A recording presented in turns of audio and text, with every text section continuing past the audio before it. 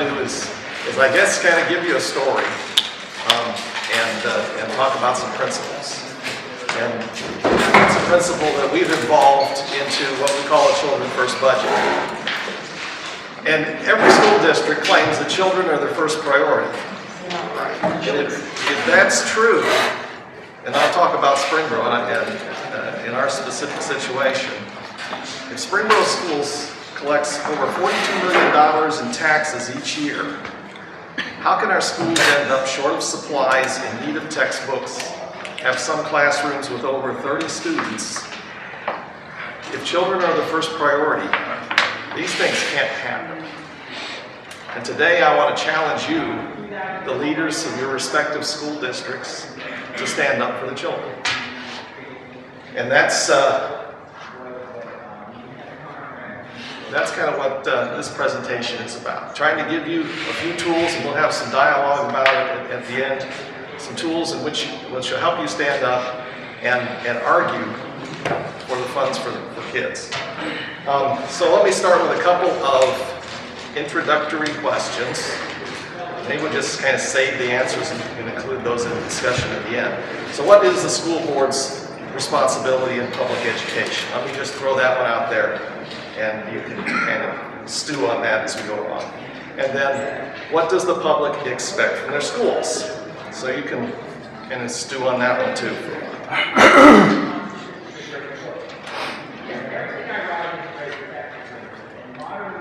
So, let me start with a little bit of background about Springboro. And in 2010, this was a slide that the school treasurer presented to our community related to the Springboro Schools budget and his financial forecast. And he coined the phrase, we're going off the financial cliff. And what this graph shows is that in 2010, we had a slight positive cash balance, but the budget was forecasting in the 2011-2012 school year that we were going to be short $2.7 million. The following year, we would be short $10 million. And then the fourth year of the forecast, short $25 million. And that, of course, meant that we needed to have a new school levy. And that was the pitch that was part of the pitch that was presented to the community. Well, that caused some of us to look at this in a little bit more detail.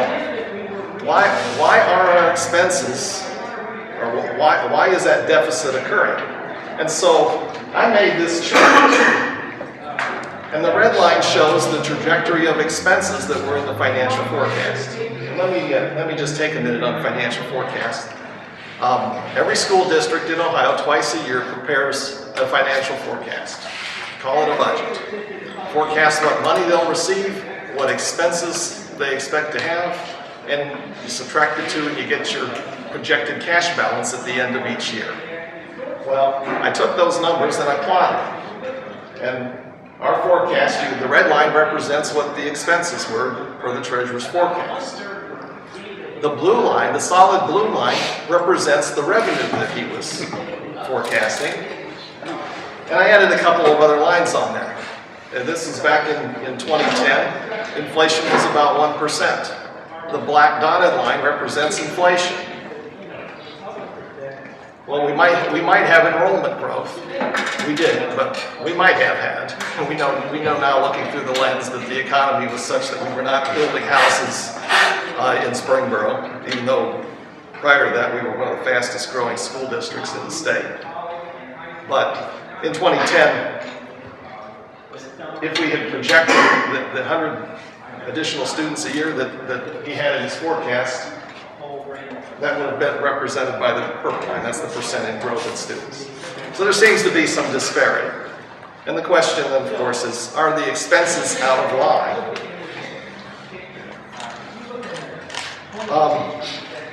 Well, let's break it down a little bit more. Our enrollment was 5,635 kids. He projected to go up to 5,935. Our personnel services budget, basically that's the payroll. 25 million to 31 million. Well, that's a 22% increase. That enrollment forecast that he had was really only 5%. Our benefits were going up by 31%. That's over 10% a year. And the total salaries and benefits were going up by 25% a year. But our enrollment was going up 5%. Well, those were just interesting facts, and the Levy campaign proceeds. And we proceeded to look at the analysis a little bit more closely.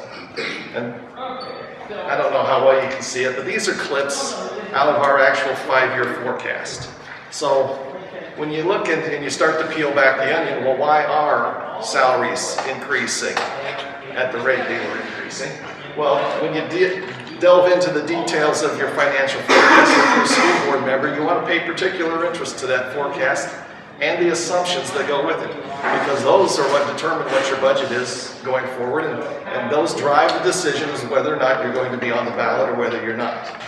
They also, when you look at those assumptions, you have to make a judgment. Are those realistic assumptions? And you know what we found as we started to look into this, these assumptions were not always realistic. In 2010, with the economy in the state that it was, what was being forecasted here was a 2.25% increase on the base salary. Let me take a minute and talk about salary schedules, just so that we're all on the same playing field. In school union contracts, and it may be general to other union contracts, you end up with a salary schedule, which is a table of salaries. If you have no years of experience and you have a bachelor's degree, you get a salary. If you have another year of experience, you move to the next row in the table and you get a salary increase.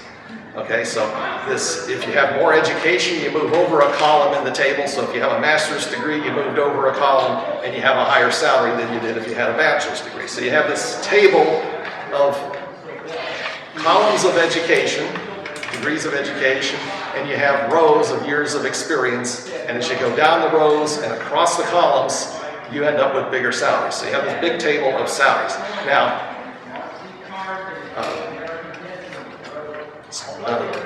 in school jargon, moving from cell to cell in that table is I'll call it a step increase. It happens automatically. If you get the education, you move there. If you get the year of experience, you move to the next row. That happens automatically. Now, a base salary increase, that's when you take the whole salary schedule and you increase it by amount. And in this case, our treasurer was forecasting that each year that schedule was going to be increased by 2.25%. He also included in there an amount for the step increases, in other words, moving from cell to cell on the table. And I think I got those backwards. It looks like he had, the base was 2% and the steps were 2.25%. Now, not everybody in the school district is on the salary schedule, so the 2.25% is an average increase due to those progressions. But, for example, administrators aren't on the salary schedule, so the average increase due to steps was 2.25%, and the base was 2%. But to get the total salary increase, what you do is you add both of those together. So he was budgeting for 4.25% salary increases in 2010, well, in fact, through 2010 through 2014. And at that state of the economy, that did seem reasonable to some of us. Yes, well, I was going by the comment I've heard so often here that the teachers have had a pay freeze for the last so many years. Does that pay freeze include no step increases, or does that include step increases? Yeah, well, it depends on who you ask, right? And we got into that debate because, you know, when I started making this particular presentation, I was Joe Citizen coming to the school board podium and talking about this, and talking to the school board. And I commonly heard, well, we haven't had a pay increase in X number of years. And the fact is that they had not changed the base, but they had never erased the steps. And in our particular teacher's contract, our step increases are actually rather generous. They're more than the base. A typical teacher depends on where you're at on the schedule, but it was between 3 and 5 to 6%. That raise you get just automatically for existing in the district another year. If you improved your education by half a degree, you got the row and the column jump, so you could have got quite a bit. But commonly what they'll say is that we haven't had a salary increase, but the truth is that unless you have frozen both the base and the steps, the salaries went up. And you know, it was common for us, and at one point we did have and I'll call it a total salary freeze in our school district. We did for a couple of years. However, even the total salary freeze wasn't a total salary freeze because we still gave credit if you improved your education. So you have to ask the question to get the answer to, you know, what do you mean when you say we haven't had a raise and so on? Do you mean the base hasn't increased? Do you mean the steps haven't increased? Or you mean that nothing has changed? To most people out in the private sector, if your salary went up, you got a raise. And that's not the way every school district or every school, all the school personnel see it. We also looked at the benefits line, and our treasurer at the time had forecasted 7%, 8.9, 10%, an average of about 10% per year for the medical benefits plan to go up. And so the bottom line is that all of these salary increases are unsustainable ultimately if the amount of income, if the household income in the community isn't changing, or your valuation as a whole school district isn't changing, which is kind of in the state, it's the conditions across the state for most school districts. If the amount of money that's available to support the system isn't increasing, you can't have these kind of increases, in particular in these lines of the budget. So, was medical then based upon their salary? no, 10% of salary? no, it was. The medical wasn't based on salary, the medical was based on how much you paid the year before. So our contract, our bargaining agreement provided that if the medical benefits plan went up by more than 10%, we were allowed to redo the plan. If it didn't go up by 10%, we had the board was to pay the difference, is the way it worked. So they were budgeting a 10% increase. So we started to ask the question, what does it mean to be for the children? Because I'm up there giving this presentation saying, hey, our rate of increase in salaries and for medical benefits is too high. Okay? And I get told, well, you just hate education. You don't like teachers. Those are some of the scars that I mentioned that I'm trying to heal. And so we started to ask the question, well, what does this mean to be for the children? What does it mean to put children first? And so the Levy campaign continues, and these were what the community was told. Our class sizes are too big. There's not enough money for supplies. We can't buy textbooks, and in fact, the budget had nothing in it for textbooks. We're going to have to cut field trips. We cut busing. We cut first originally high school busing. That wasn't too much pain because most of our high schoolers like to drive anyway or hitch a ride. It's not cool to ride the bus. But then it went back to the 2-mile radius busing, so the elementary kids now within 2 miles had to walk. So we did that too. We had I think the highest pay-to-play fees for sports in the region at $475 per sport. I think it was a $1,900 family cap that was on there. What was the rate? The rate for What was your pay to state dollars? $475 is what it was. And the campaign was, you know, we need to pass this levy because it's for the kids. Well, we started to look at this budget and started to think about that. And so when we look at the budget, 80% of the budget was fenced. It was salaries and benefits. Can't do anything about that. It's part of the contract. The major cost increases were in salary and benefits, and we're out of money for all these extras like busing and textbooks and field trips. Stuff for the kids. So there's 80% of it that you can't touch. It's untouchable with a board. Well, I mean, that's It's- the assumption. You've it's- only got 20% to work with. and in fact, there is some truth to that. I mean, a lot of it's under contract.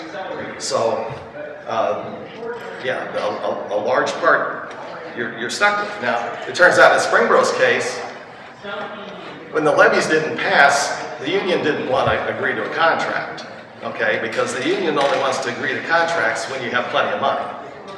And so what we were on is actually memorandums of understanding, which said, okay, we'll do a base freeze, okay? And then the memorandum of understanding increased, and it went to, okay, we'll do a base and a step freeze. And then the memorandum of understanding said, okay, well, instead of doing 95 or 90-10 on insurance and dividing that up with the board pays 90%, employees pay 10, we'll do 85-15. So we had these memorandums of understanding that were good for a year. So we were actually not under contract at the time. We had these memorandums of understanding which kind of modified the agreement and went forward. So, you know, we were faced with class sizes increasing. They weren't hiring teachers. Our textbooks were getting older. I guess after hearing the Hillsdale guy, that might be a good thing. But our fees were going up, and classroom fees, and the pay-to-play fees, and then our technology was really getting antiquated. And so we went in front of the school board and we asked this question: with a $42 million budget, if children are the first priority, how does this happen? That we're spending money in improving the benefits and improving the salary package, but we're not doing all these fundamental things that kids need. So just an interesting slide about the process and how this happens. Districts negotiate contracts that they really can't afford. Those contracts then in turn create a deficit, and go to a tax levy, and we repeat the cycle. And this is the cycle that just continues to repeat itself. And that's the one that we're trying to break. And I think I've kind of already covered the notion here that the financial planning is upside down. We're plugging in money and increases for the employee benefits and salary increases. Then we're talking about, you know, what additional personnel we need. And by that time, we're pretty much out of money. And the only thing we have to do to balance the budget at that point is to try to cut programs and services. And what's happened is we've taken care of the adults, and we've made sure that their salary changes and compensation increases are in the budget. But we've sacrificed all of these other fundamental things. And so, you know, it turns out that it's really not all about the kids. And so, you know, those benefits and the salaries, you know, they're considered untouchable because they're part of the contract. So some of this stuff, if you have a contract in place, you may be stuck for a couple of years. But these are 5-year plans, and there are no 5-year union contracts. So if you're on the school board, start looking ahead and seeing what we can do to restructure our budget so that we can make sure that we fund kids, things for kids first. So I guess to continue the story, that school levy failed, and I think that it failed because we were successful in making the argument to the community that these increases in compensation were really out of line given today's economy. I think that was the bottom line. I think people understood that message, and it was that defeat of that levy, which was at the time our 5th consecutive defeat, and it took that much. I think it took that many defeats to actually cause our school administrators to take a second look at what they were doing. And then we came and we talked about how can you cut these things? The buses, the textbooks have class sizes with 32 kids. How can you do those things and still budget these large increases for boys in this state of the economy? And it didn't make any sense. And I think at that point they were willing to listen, and they actually started to make some changes in the budget. And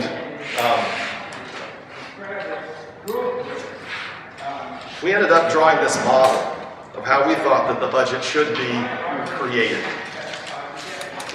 in the ideal world.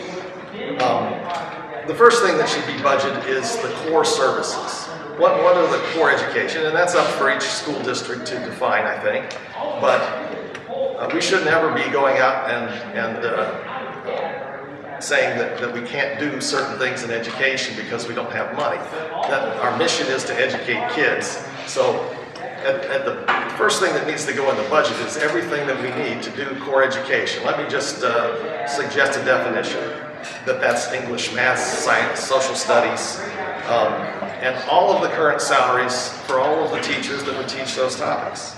The next level, conceptually, is some non-core academic classes, and then the support services.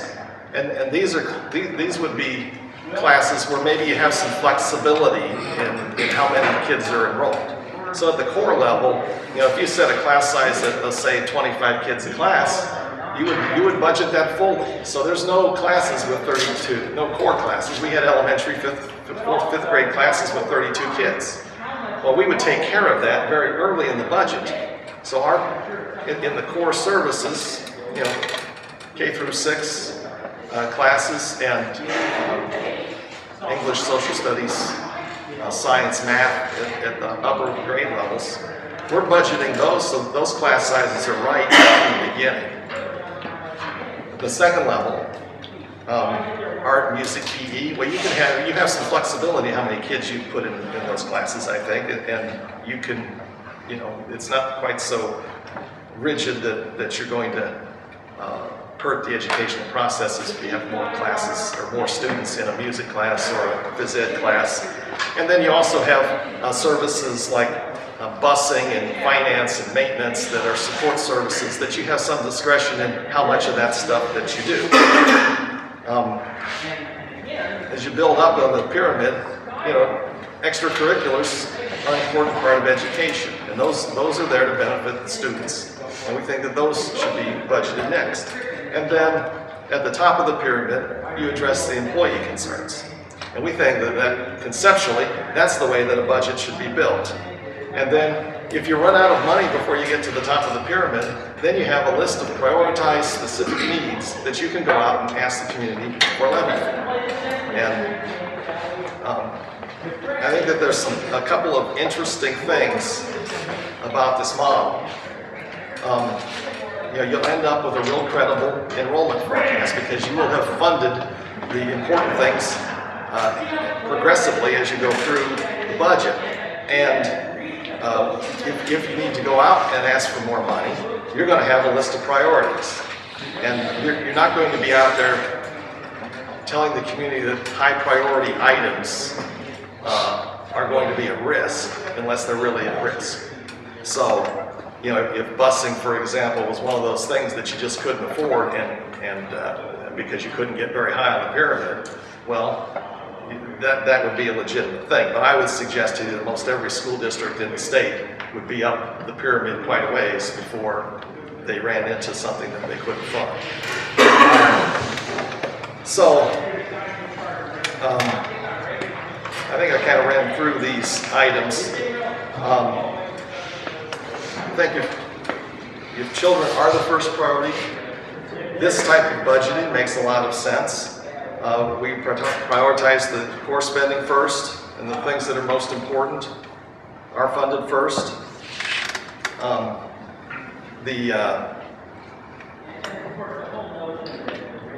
prioritizing of the needs does not just occur in the classroom. We build it up, and we have to We need to understand what the budget is, how much funds are available, and how much our expenses are going to be. And then, probably the most important thing is that when you go to negotiate, you need to have all of this. You need to have a good understanding of what your budget is, and then you go and negotiate with the teachers, knowing that you are going to fund all of these things that typically we see advertised on levies as the busing. Busing is already funded. Building maintenance already needs to be funded. Textbooks already need to be funded. All of those things that people like to hold out there as the stick, if you will, in the levy campaign. Most of those should already be funded when you go and develop that budget before you go into negotiations.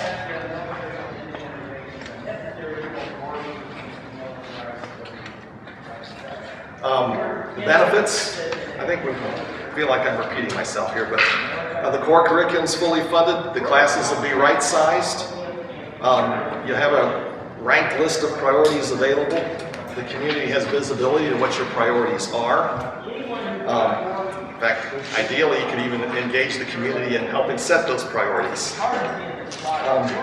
The employees have a stake in streamlined operations. I guess that's one of the subtle things about this. If the employees know that this is your approach and that you're going to make sure that everything that you need for a solid educational program to maintain the facilities, keep up the facilities, educational supplies, if they know that all that is going to be funded first, and then with what's left over, you're going to address salary increases and benefit increases and other changes to the compensation plan. They now have an incentive to help you streamline all of your operations. And that, I think, is actually one of the more subtle and powerful things in this approach, is that once they realize that you're going to prioritize things in this way, I think that they'll start to question expenses that they may not see as necessary. So I think that if you can adopt this approach and make it known to employees that this is going to be the way that we prioritize, they now have a built-in incentive to help you be more efficient.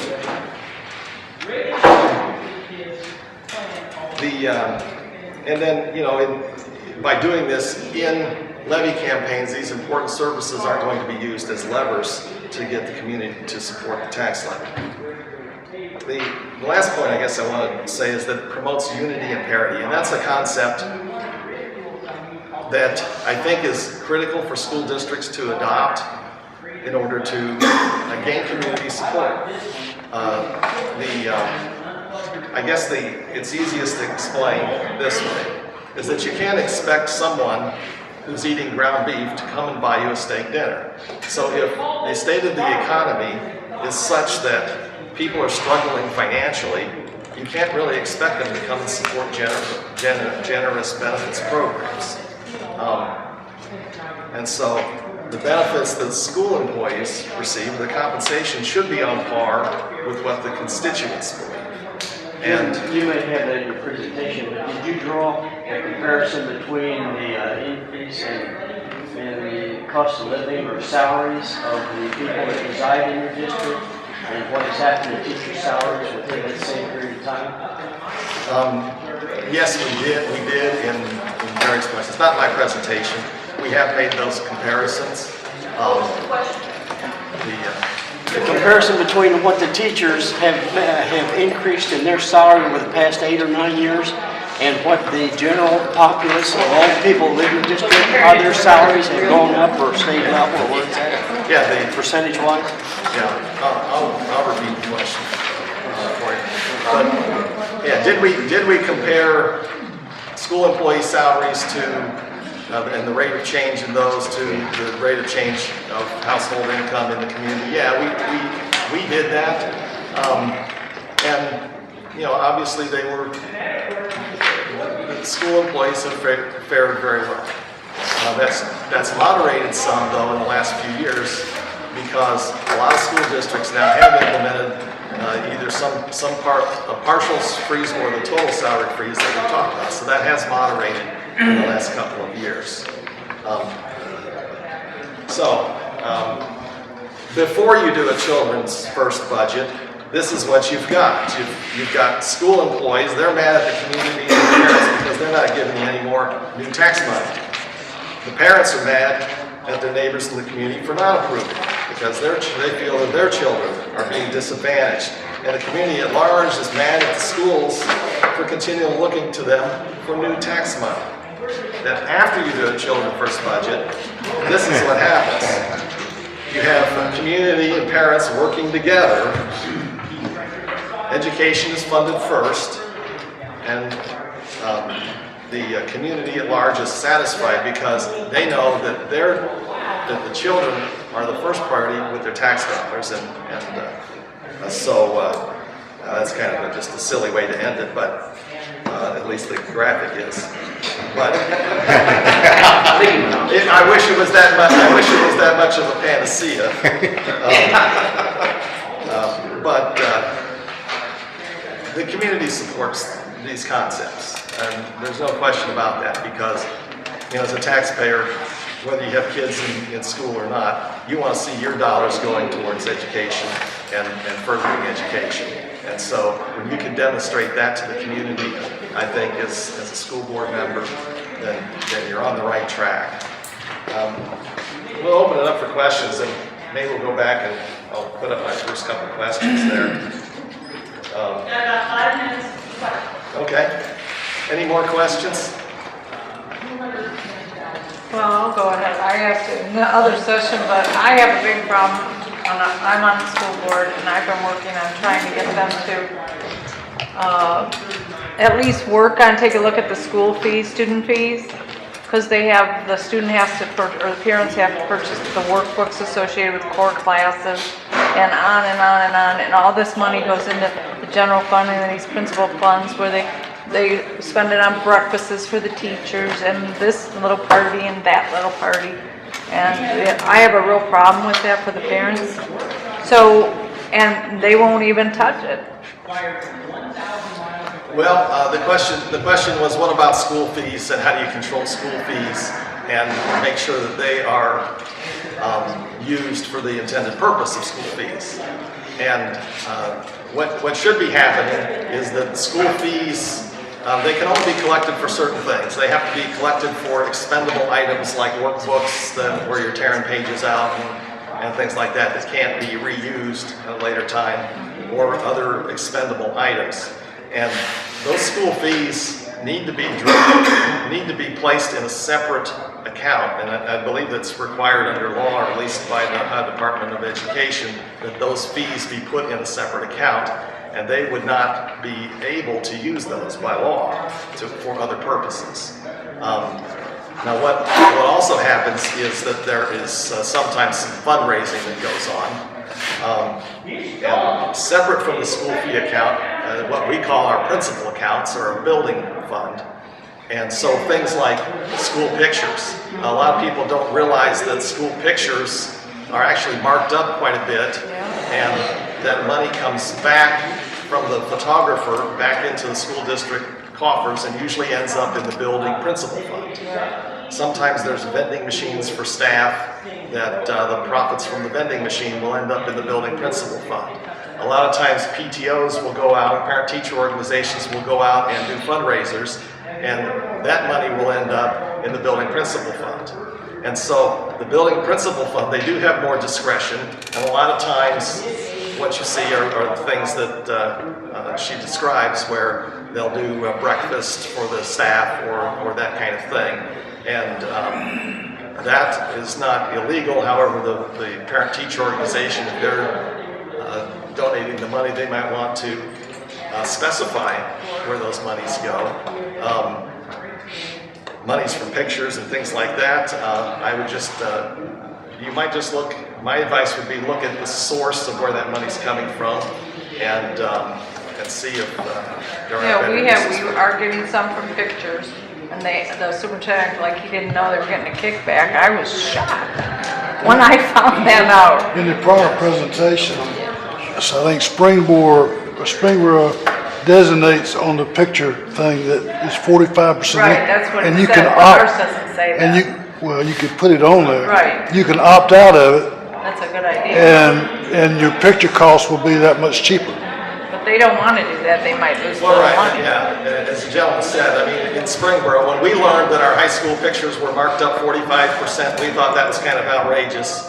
However, you know, the school administrators talk about how all the good things they do with that money and why it's needed. Right, Our solution is that we put a checkbox on the form that says, you know, if you want to pay the 45%, go ahead, kind of like what was done on the Like a taxes. If fundraiser you want to pay type extra, you know, check the You box. know, I do a lot of these fundraisers for the schools and for 018 accounts. And I'm getting a perception you guys think that these principals spend this money on frivolous things. no, they're spent on school things. Right, but the 45% markup is a contracted thing you work out with Life Touch or Rico or whoever your pictures are. Reduce the overhead or reduce the fund. It goes to the fundraisers. I run magazine sales for our schools. They make 40% on a magazine sale. It goes into buying the stuff in the classrooms. They're separate accounts. School fees go to consumables. You know, you tear out a workbook, you need to replace it next year for the next child to use it. So, and it goes into a separate fund, like what you had said, it's a school agency fund. I don't want to get the perception that this, just because we do fundraising, because I've been on both sides as PTA officer and now sitting on a school board, these people are trying to do what's best for these kids with what little bit of money they have, and that's the only discretionary money they do have to spend on the extras. We get iPads, we get, you know, pens and pencils, that the kids come to school without pens and pencils that these principals sometimes help give. So I don't, this is twice I've heard this, and it's kind of irking me a little bit that they're getting that perception that they're not doing what is best for kids. But if I gave that perception. No, it's then just not. general. I don't mean to do that, but I do think that a lot of parents didn't realize that there was that markup and that they were making a That's donation. the issue, they're And so not aware of Here's, it. here's the problem. It's all fundraising. Here's the problem. But it's not advertised as such. My I think point was the to issue let the is- parents know. It's just letting people know that's That's what's right, happening. Here's that's how you- exactly it. The 018 account has to be approved by the board as a purpose and goal statement, asked to see it. And I do share the concern of the person who raised the original question, because, you know, what we'll see is T-shirts bought for the staff and things like that. And, you know, I mean, to some degree, I don't have a problem with that, but, again. My issue was You got a the question? parents didn't know about it. If we at least let them know about it, they can make the It's choice. a transparency issue. Right. Before I retired, I was president of the company that makes all the nuclear fuel for our Navy submarines and aircraft carriers. I managed a company of 48,000 employees. And I credit most of that success, if you will, to the teachers I had along the way. Whoever negotiated that contract should be fired. It fails the test of common sense. That's, you know, you went through STEP and merit and all that. That is just a ridiculous contract. And it's doomed to failure. Just mathematically, it's doomed to failure. Yes, it is. And unfortunately, I would say that contract is probably very typical of many contracts in the state. Virtually all of it. Okay, I'm getting.